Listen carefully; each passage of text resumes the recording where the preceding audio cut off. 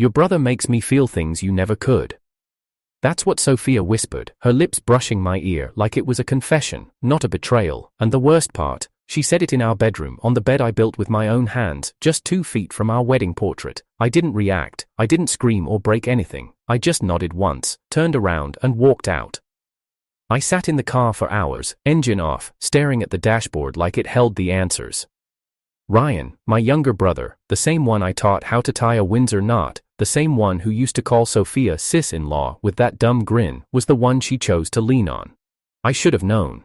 The signs had been there. The long glances at dinner, the late-night business talks they swore were innocent. I was the idiot who believed my family wouldn't stab me in the spine. That night, I didn't go home. I parked outside the office and watched the sky change colors. Somewhere between violet and gray, I made a decision. I wasn't going to beg. I wasn't going to fight. I'd let them win and make them choke on the cost. The next morning, Sophia walked into my office like nothing happened. Tight beige skirt, polished smile, eyes that scanned my face like she owned it. "John," she said, tossing papers on my desk, "I want a divorce. Ryan's moving in this week, and I think we should end things cleanly." I flipped the first page. Her lawyer had already drafted the terms. She wanted the house, the vacation fund, and half my company shares. I chuckled. "Cleanly, huh?" She smiled wider. "It's for the best." I reached into my drawer, pulled out a pen, and signed. "Tell Ryan he can pay the legal fees. That's the least he can do." Sophia blinked. She wasn't expecting that. No resistance, no anger, just my signature and a cold smirk. She opened her mouth, then closed it. For the first time in years, I watched her search feast, or words, and come up empty. Later that evening, I got a call from Deborah, my firm's senior legal analyst. She'd been with us for 5 years, loyal, sharp, no nonsense. "John," she said softly, "I saw Sophia leave earlier. Is everything okay?" "Define okay." "You signed the papers?" "I did." A pause, then. "Good." I leaned back in my chair. "Deborah, you've reviewed hundreds of divorce settlements. Tell me something honestly." "Go ahead. Do you think letting her go without a fight makes me weak?" Her voice came without hesitation. "No, I think it makes you dangerous." Dangerous. I liked that. The next day, Ryan called. He was too much of a coward to face me in person. "John, man. Look, I didn't plan for this to happen, it just did. Sophia and it's real." I stayed silent. "You there?" "I'm here." "Look, I'll cover the divorce costs. I don't want this to be ugly." I hung up. No threats, no screams, just silence, the kind that makes cowards panic. That weekend, I moved out of the house. I didn't take much. Just my clothes, some books, and the old espresso machine Sophia always hated. I left everything else, including the memories. She could have the house, the kitchen island she remodeled without asking me, the walk-in closet she used to hide secrets. Let her build her life with Ryan on top of the ruins they created. At the new apartment, Deborah stopped by with Chinese takeout. She handed me the bag and said, "This time, you don't owe anyone anything." I nodded. "Except revenge." She smiled. "Cold, or served flaming hot?" "Flaming." And as I poured us both a drink, I made another decision. If Sophia wanted to start over with my brother, fine, but she'd learn that some men don't beg when they're betrayed. Some men just burn the past down and build a better future from the ashes. My name is John Whitaker. I'm the kind of man people don't notice at first glance, but the moment they sit across the table from me, they listen. Maybe it's the way I speak, slow, measured, every word deliberate. Or maybe it's the way I look at people, not through them, not above them, into them. That's how I built Whitaker Strategies from nothing into one of the most sought-after consulting firms in the Northeast. I wasn't handed money, I wasn't handed anything. I built everything myself, with discipline, loyalty, and one rule that I never broke: never mix family with business. And then I married Sophia. She was the exception that became the error. Sophia was elegance wrapped in fire. She didn't enter rooms, she shifted their center of gravity. The first time I saw her, she was tearing apart a vendor at a charity gala for misquoting a logistics contract. I wasn't even involved in the conversation, but I watched her slice through excuses with that sharp, icy precision I would later come to dread. I introduced myself before the crowd could recover from her verbal storm. "You talk like a lawyer, but I'm guessing you're not." She turned those cold blue eyes toward me, raised one eyebrow, and said, "I'm a negotiator, and I never lose." 3 months later, we were living together. 6 months after that, we married. She became the face of our foundation, the one who turned business dinners into donor windfalls. I gave her a seat beside me at every event, introduced her as the mind behind the heart of our outreach. Truth was, I just loved watching her win. I thought we were a team. But Sophia never wanted to share the field, she wanted to own the scoreboard. The first 3 years were perfect in the way new leather shoes are, polished, tight, and not yet painful. We traveled, we built things together. She said she admired my discipline, that she had always been surrounded by people who chased approval, not results. She said I grounded her, that I was the man she could count on when everyone else flinched. I believed her, but then came Ryan. Ryan was my younger brother by 4 years, the baby of the family, always the golden boy with the easy smile and zero responsibility. He failed upward from one startup to another, each time landing on my couch between projects. I gave him internships. I bailed him out of bad loans. I covered for him when he missed our parents' anniversary and sent flowers with my name on the card. I didn't mind. He was family, and I always believed that family doesn't owe you gratitude, it owes you protection. I protected him for years, but I never expected I'd need protection from him. Sophia and Ryan got close around year 5. At first, I thought nothing of it. He was always charming, always had a joke ready. Sophia would roll her eyes and laugh. I didn't think she laughed with me like that anymore, but I chalked it up to familiarity. You don't chase fireworks after 5 years, you seek warmth. I thought we were just shifting into a quieter phase. I couldn't have been more wrong. Deborah, my senior analyst, was the one who first brought it to my attention. Not directly, just a comment during a budget meeting when Sophia had dropped by the office. "She talks to Ryan a lot these days," Deborah said casually, flipping through spreadsheets. "Like, more than she talks to you." I didn't react, but the words stuck. That night, I watched Sophia texting across the dinner table. She tilted her screen away when I glanced over. "Work stuff," she said quickly. I didn't ask, I didn't want to look paranoid. That's how betrayal builds, one benefit of the doubt at a time. By year 6, things had changed. Our conversations got shorter, her criticisms got sharper. "You always think your way is the only way. You never listen to how I feel. Ryan gets me. He doesn't talk in strategies and spreadsheets." Ryan got her.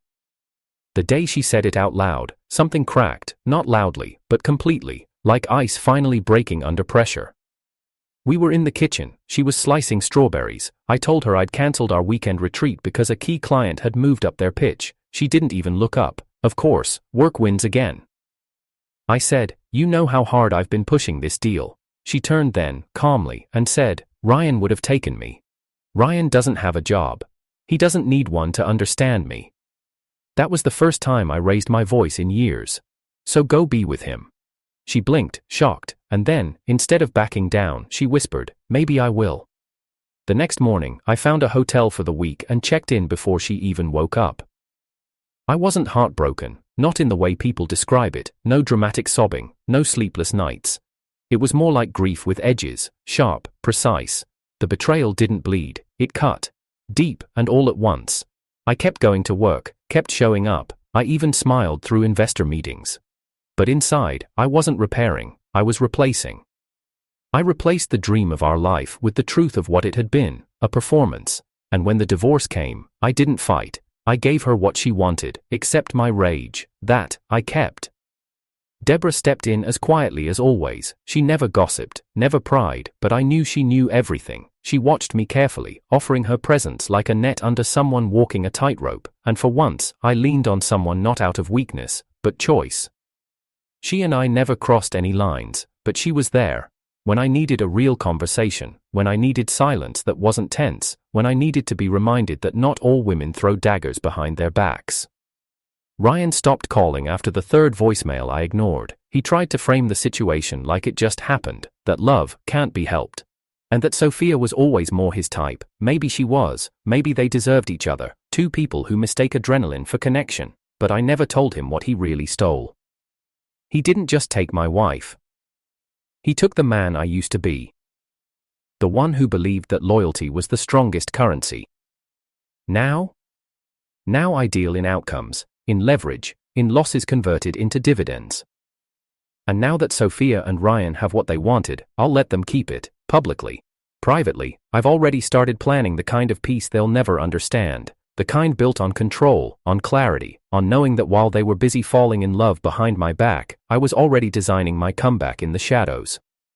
People like Sophia and Ryan don't know how to suffer in silence, but I do. And when the time comes, I won't take anything from them.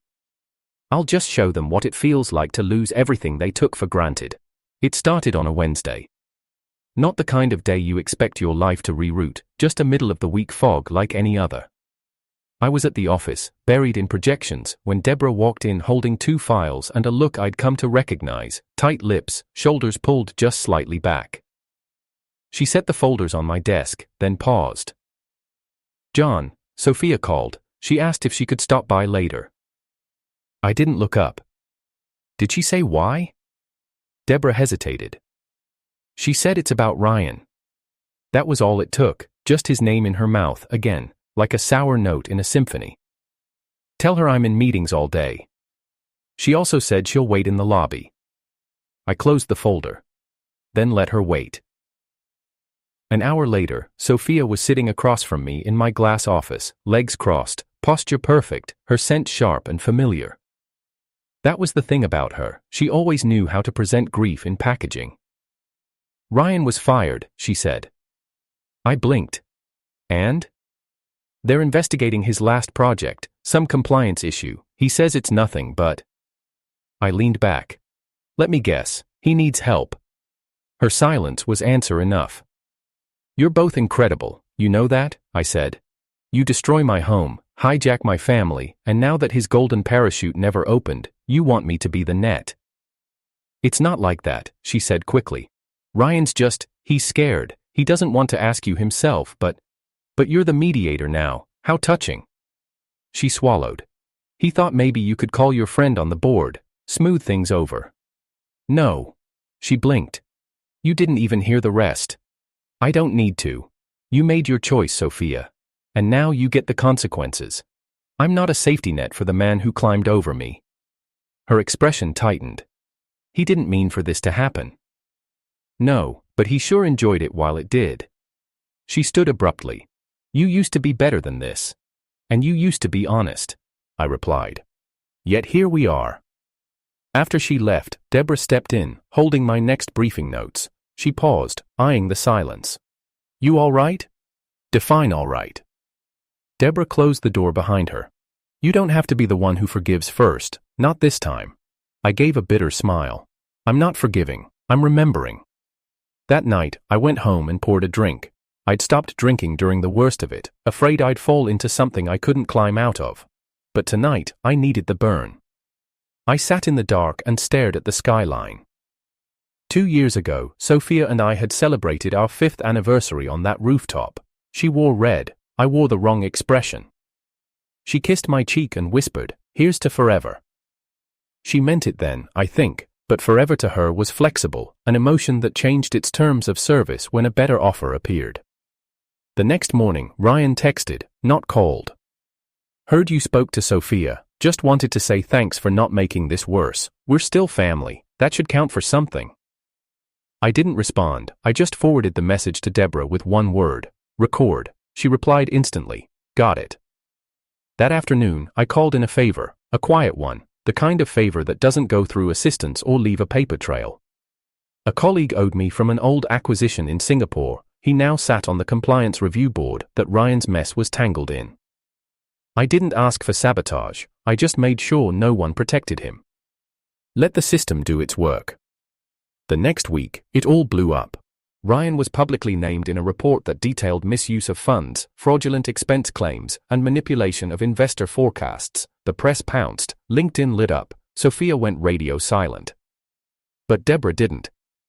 She handed me a file 2 days later, Sophia's attempt to liquidate shared assets from our old foundation. The paperwork had a forged signature, mine. She thought you wouldn't notice, Deborah said. She thought I'd stay passive. We filed a motion that afternoon, quiet, fast, legal. Sophia called the next day. She was crying. John, please, I wasn't trying to steal. I just needed. Ryan is breaking down. He's not eating, not sleeping. I thought if I could just get ahead of it, I said calmly. That's what you said about the affair too, didn't you? I didn't mean for it to become this. But it did. Her breath caught. I made a mistake. I almost laughed. No, Sophia. A mistake is forgetting an anniversary. You made a decision. She went quiet. I'm filing criminal intent, I said. You forged my name. That's not a misunderstanding. It's a felony. John, I'm not doing this for revenge. I'm doing it for closure. You said once that you'd never let anything destroy me. I also said I'd never forgive betrayal. Only one of us stayed honest. The call ended there. That evening, Deborah joined me at my place again, though this time with nothing but silence and 2 glasses of wine. We didn't speak about Sophia. We didn't speak about Ryan. We just watched the flames in the fireplace flicker across the glass. After a while, she asked, "Do you still miss her?" I thought about it. Not her, I said slowly. Just the man I used to be when I believed her. Deborah nodded, then leaned her head against my shoulder. Outside, the city went on. Cars moved, horns echoed, laughter spilled out from restaurant patios. Life moved, and so did I. But one thing stayed rooted. Sophia.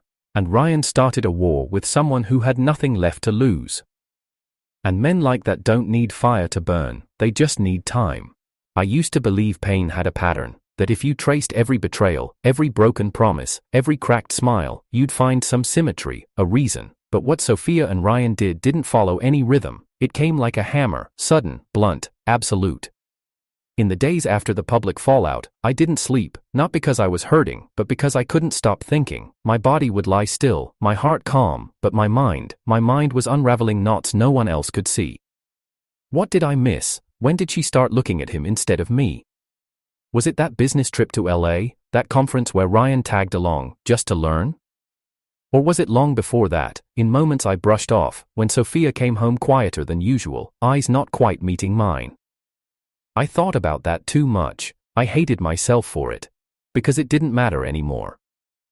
She made her choice, they both did. And what I felt now wasn't heartbreak, it was corrosion. Something slow, eating through the foundation of everything I'd spent years building. I never let emotion steer me. I was the man who stayed steady when things caught fire. Clients trusted me with crises, partners relied on my calm. But now, I'd stare at my coffee until it went cold. I'd forget meetings I set myself. I'd walk into rooms and forget why I was there. Deborah noticed first. She didn't say anything for a while, just watched, kept dropping off reports, never pushing, but eventually, she stopped at the door and asked, "John, are you okay?" I should have lied, said yes, said I was just tired, but instead, I said nothing. I looked at her, and the silence spoke loud enough. She came in, sat down, and didn't look at any document. "You don't have to pretend in here," she said. "You've held everything up for everyone else, you don't need to do it for me." I stared out the window. "It's not the affair that bothers me," I said finally. "It's how EAOs say it was for them to do it, like I was never even a factor." Deborah didn't reply. I thought I mattered to her, I continued, not just as a husband, but as someone she respected, someone she'd never lie to. I knew we were drifting. I'm not naive, but I didn't think she'd destroy what we had like that. Not with him, not with my own brother. Deborah's voice was quiet. "Do you think she loved you at all?" "I think," I whispered, "she loved what I made her feel, until it stopped being exciting." That was the part that broke me, not the betrayal itself, but the realization that I had become forgettable, disposable, that years of loyalty, anniversaries, quiet nights, inside jokes, meant nothing when someone more entertaining walked in. I kept playing the scene in my head, her telling me Ryan understood her better, her using words like vibe, connection, spark, as if we were all just contestants in some emotional talent show. For the first time in years, I questioned my worth. I looked in the mirror and saw a man who couldn't hold his wife's attention, a man who stayed up late to finish pitch decks while his brother poured wine into crystal glasses and listened to music with her in my living room. I hated that image. I hated that I ever let it happen. But I hated myself more, for not seeing it sooner, for trusting them, for being so blind. The worst part was that even after everything, there were moments when my heart didn't get the memo. I'd find myself driving past our old place, glancing at the windows. I didn't want to go in, I just needed proof I was still real, that our life had existed. Grief doesn't just whisper in memories, it screams in the places that once felt like home. Deborah started working later. She didn't say why, but I knew it was for me. She was the only presence in my life now that didn't ask for anything, didn't demand I heal faster. She just showed up. Silent, steady. One night, she brought over dinner and we ate on the office couch. It was cold Chinese food and cheap tea, but it felt more like peace than any gourmet meal I'd had with Sophia. Midway through the meal, I asked, "Do you think I'm broken?" She paused. "No, but I think you've been bent in ways no one sees. I don't feel like myself. That's because the self you were built your identity around people who didn't deserve it." I nodded, but didn't speak. She continued, "You're still John, but now you're the version who knows better." I wanted to believe that, but there were nights when I still dreamed of our wedding, when I remembered the way Sophia looked walking down the aisle, when I remembered Ryan giving his best man speech, raising his glass and promising that he'd always have my back. The cruelty of memory is that it remembers in color what real life now plays in black and white. I didn't cry, I couldn't. Something inside me locked that part away. But the ache was always there, quiet, sharp, cold. I started taking long walks after midnight. Through the city. Past the river. No destination, just movement. I think I was trying to feel anything again. The wind on my face. The ache in my legs. Just reminders that I was alive. Sometimes I thought about what I'd say if I saw Sophia again. Not in court. Not in some transactional confrontation. But alone. Somewhere without consequences. Would I scream? Would I ask why? Would I admit that despite everything, part of me still waited for her to say it was all a mistake? Or would I just nod and walk away? I never figured it out. I just kept walking. One night, I came back and found a note on my desk, Deborah's handwriting, "You're not broken, you're just in the middle of the rebuild." I stared at that line for hours. Not because I believed it, but because part of me wanted to. I folded it up, put it in my wallet, and carried it with me. That was the beginning of my shift, not loud, not final. Just a slight change, a breath taken after drowning. And in that moment, I realized something important. You can lose love, you can lose family, you can even lose faith. But if you still have your name, your word, and your ability to look at yourself in the mirror without flinching, then you haven't lost everything. You're just in the middle, and that means there's still more ahead than what you left behind. It had been 3 weeks since the forged signature incident. I thought the dust was finally beginning to settle. Sophia had gone quiet, Ryan had disappeared off social media, and I was slowly learning to breathe in my own silence. Until one Monday morning, Deborah stepped into my office holding a manila envelope, her face unreadable. "Delivery came for you," she said, placing it on the desk. "No sender listed, just your name."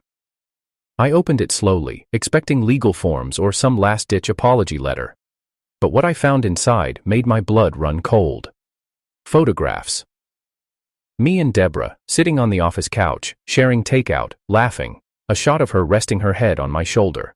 One of her handing me a file at the elevator, our hands touching. Innocent moments, if taken in full context. But these photos were taken from angles no employee would ever have access to. Hidden angles, zoomed in, cropped for implication. And attached was a typed letter. A man who divorces his wife then seduces his subordinate isn't a victim, he's a liability. Might want to consider what this will look like in court, especially if certain press outlets receive these. There was no signature, but I didn't need one. Sophia. She had escalated the game. I looked up at Deborah. She was watching me, trying to read my face. "Is it from her?" I nodded once. She folded her arms. "So this is how she wants to play now. She's laying ground to paint me as the problem, I said quietly.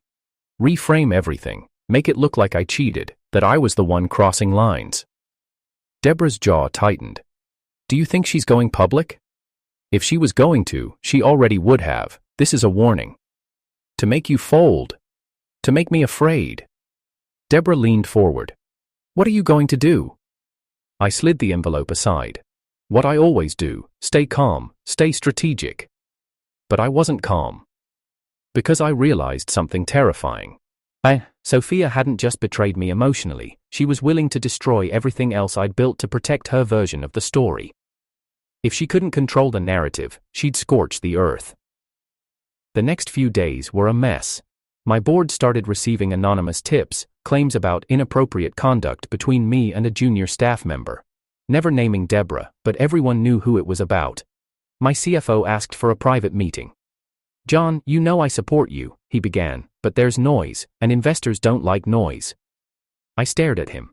Are you asking me to discipline Deborah? I'm asking if this thing is real. No.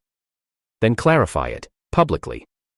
I refused, because clearing a lie gives it weight. So instead, I doubled down. I promoted Deborah, made her executive consultant, a role with direct access to strategy briefings. If they were going to accuse me of favoritism, I'd give them something legitimate, and if Sophia wanted to push me into retreat, she'd learn the hard way. I don't retreat. I rebuild taller. That night, I got a message from Ryan. It was a voice note. John, I know I'm the last person you want to hear from, but I need to explain something. Sophia's spiraling. She's not who you think she is. She's doing things I didn't agree to. She said if I didn't help her take you down, she'd drag me down too. Look, I never wanted this to get ugly. I thought we were just in love. But this isn't love anymore. It's obsession. I played it twice, then forwarded it to Deborah. She texted back, he's breaking, she's losing control. 2 days later, Sophia appeared at the firm. No appointment, no warning, just walked in like she still belonged. Deborah intercepted her in the lobby. You're not welcome here. Sophia didn't flinch. I'm not here to fight, I'm here to talk. I came down myself, not because I owed her anything, but because I needed to see her face when I finally pulled the curtain back. She stood there in her pristine coat, hair perfect, makeup sharp. But I could see it, cracks beneath the polish. Her hands fidgeted. Her eyes were tired. I assume you saw the photos, she said. I did. And? You're slipping, I said. She narrowed her eyes. You don't scare easy, do you? I did once, when I thought love meant self-erasure, but not anymore. I didn't want to ruin you, John. Then why try? Because you let me go like I was nothing. I blinked. And that hurt your pride? No, she said.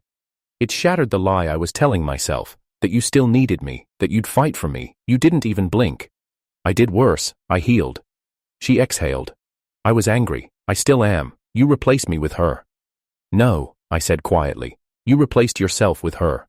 When you made the choice to betray me, when you chose Ryan. I thought he understood me. Maybe he did, but understanding isn't loyalty, and now you're both drowning in your own decisions. Sophia looked down. For the first time since the affair, she didn't have a comeback. John, she said slowly. What if I said I was wrong? I'd say you're too late. She reached into her purse and pulled out a folded photo. It was of us. Our wedding. One of the few candid shots. We were laughing. Not posing. Just living. I keep this, she whispered. Even now. I took the photo. Then tore it in half. And handed it back. You keep your half.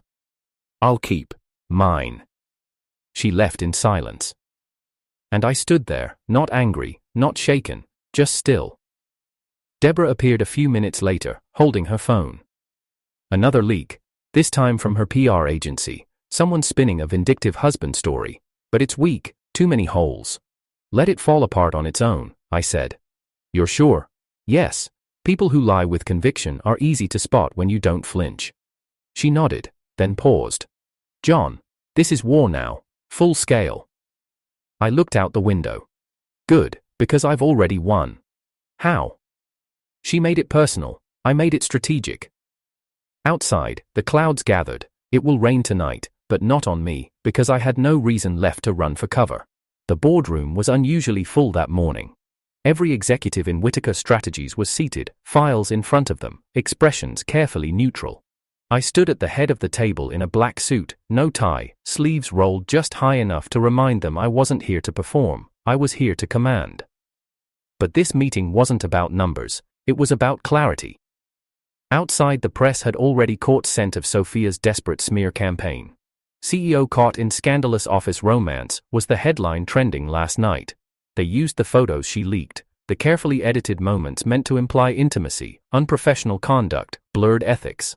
And they tried to drag Deborah's name through the mud with mine. What Sophia didn't realize, what she never understood, was that I never played for appearance. I played for positioning. Deborah entered the room precisely on time, calm, unshaken, dressed in sharp navy with her hair tied back and her face unreadable. She didn't speak as she took her place at my left. She didn't need to. I stepped forward. Before we begin today's agenda, I said evenly, I'd like to address the ongoing media fallout and internal concerns regarding my relationship with our newly promoted executive consultant. Everyone shifted slightly. I clicked the remote and pulled up a file on the screen. These are the images leaked anonymously to the press. Most of you have seen them by now, but what you haven't seen is this. I tapped again. A new file opened, security footage from the firm's server room. A hidden camera, discovered by IT, dated 2 days before the story broke. It captured a woman entering after hours, using an outdated staff access badge. Sophia. Her face was fully visible as she placed a camera above the main hallway and walked out. Murmurs echoed through the room. She breached corporate property to manufacture a narrative, I said, to retail. I ate after I refused her financial manipulation and pressed charges for forgery. This was never about love, this was about image, control, power. I turned to Deborah. My colleague has been nothing but professional, her only fault is standing by me when others walked away. One of the senior partners leaned forward. Is this going to court? No, I said, because we don't need a court to destroy a lie, we just need truth properly timed. Silence settled like dust, and then applause. Scattered at first, then rising. By the end, every executive was on their feet. After the meeting, I walked out with Deborah beside me. You didn't have to do that, she said quietly. I would have weathered it. I know, I replied. But I'm tired of letting snakes think they're safe because we stay quiet. She smiled, just faintly. That evening, Sophia showed up at my door, not uninvited, unannounced. She was soaked, drenched from the rainstorm that had swept in over the skyline. Her makeup streaked, hair stuck to her face. She looked nothing like the woman who once demanded perfection from every inch of her image. John, she said, her voice hoarse, please, just give me 5 minutes. I didn't move. Why are you here? She shivered.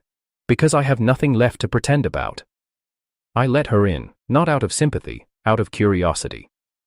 She stood in my living room and stared at the framed art on the walls, the wine bottle unopened on the counter, the black couch Deborah helped me pick last month.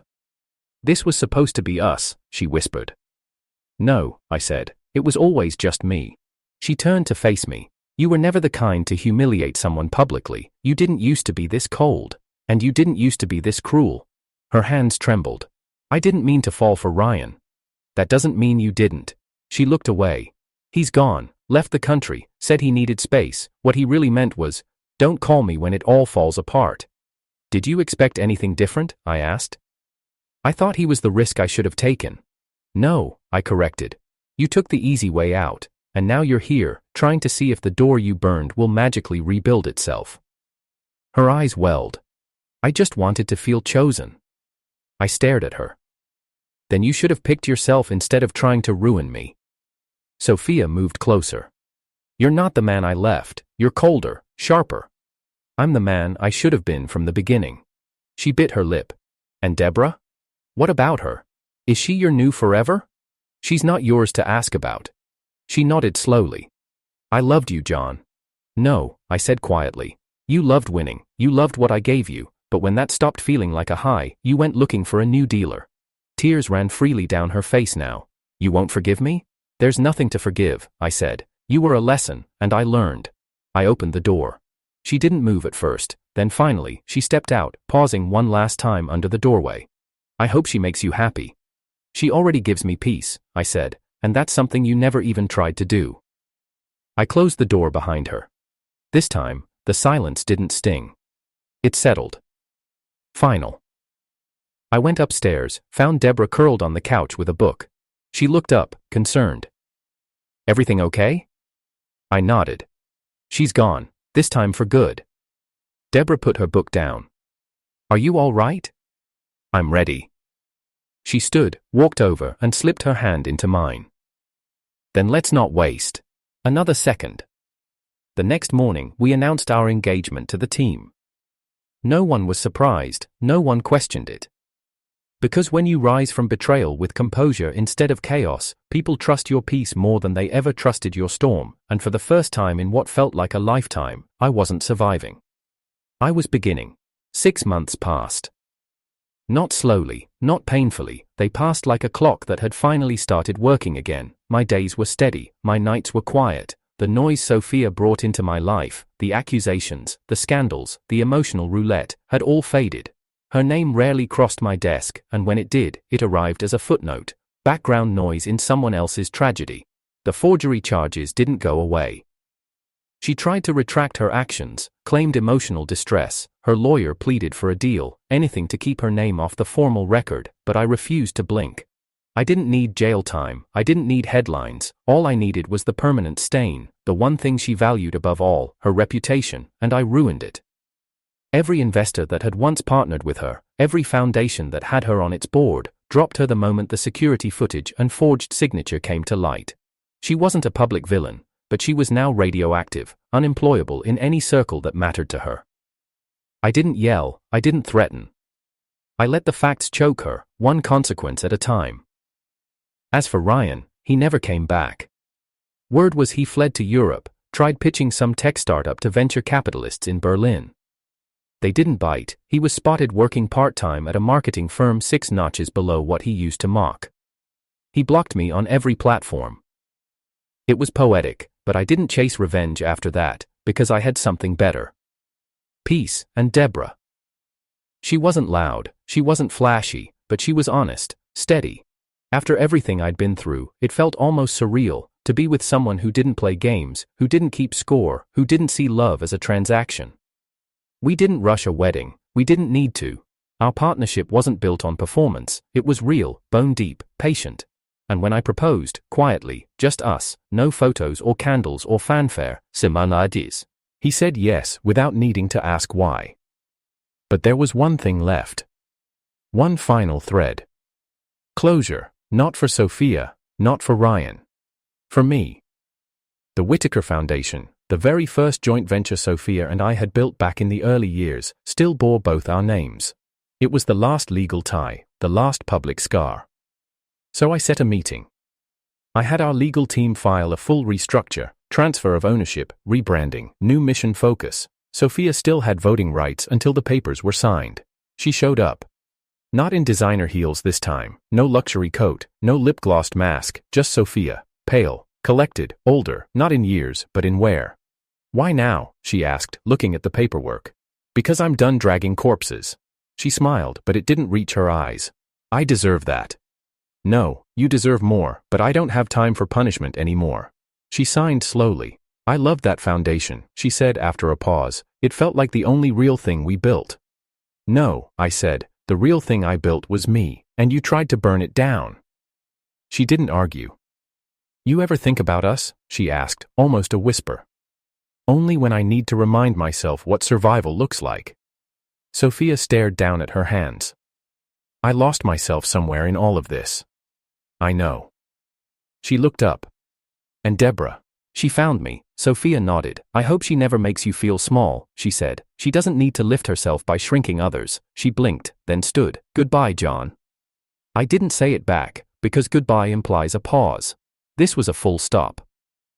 After she left, I stood by the window, looking out at the skyline, the same city where I had lost everything, the same one where I rebuilt more. That night, I hosted a private event, just close friends, trusted partners, and the new board members of the rebranded foundation. Deborah stood beside me as I took the mic. No long speeches, I said. Just one truth. Everyone turned silent. There's nothing more dangerous than loving someone who believes your loyalty is their entitlement, and there's nothing more powerful than surviving that. I raised my glass. To reinvention. They echoed the toast. Afterward, Deborah and I stepped out onto the rooftop, the city lights flickering below. "You okay?" she asked. I nodded. "I think I am." "No ghosts left?" "Just one," I said. "And I think I finally buried him tonight." She leaned into me. "You deserved this." "No," I said softly. "I earned this." We stood there in silence for a long time. No more storms, no more phone calls, no more, "We need to talk" surprises. Just peace, just closure. I never went back to the old house, never checked Sophia's socials again, never stalked Ryan's failures. Because the final revenge isn't pain, it's indifference, and the ultimate victory isn't proving someone wrong, it's living so well they can't even recognize you anymore.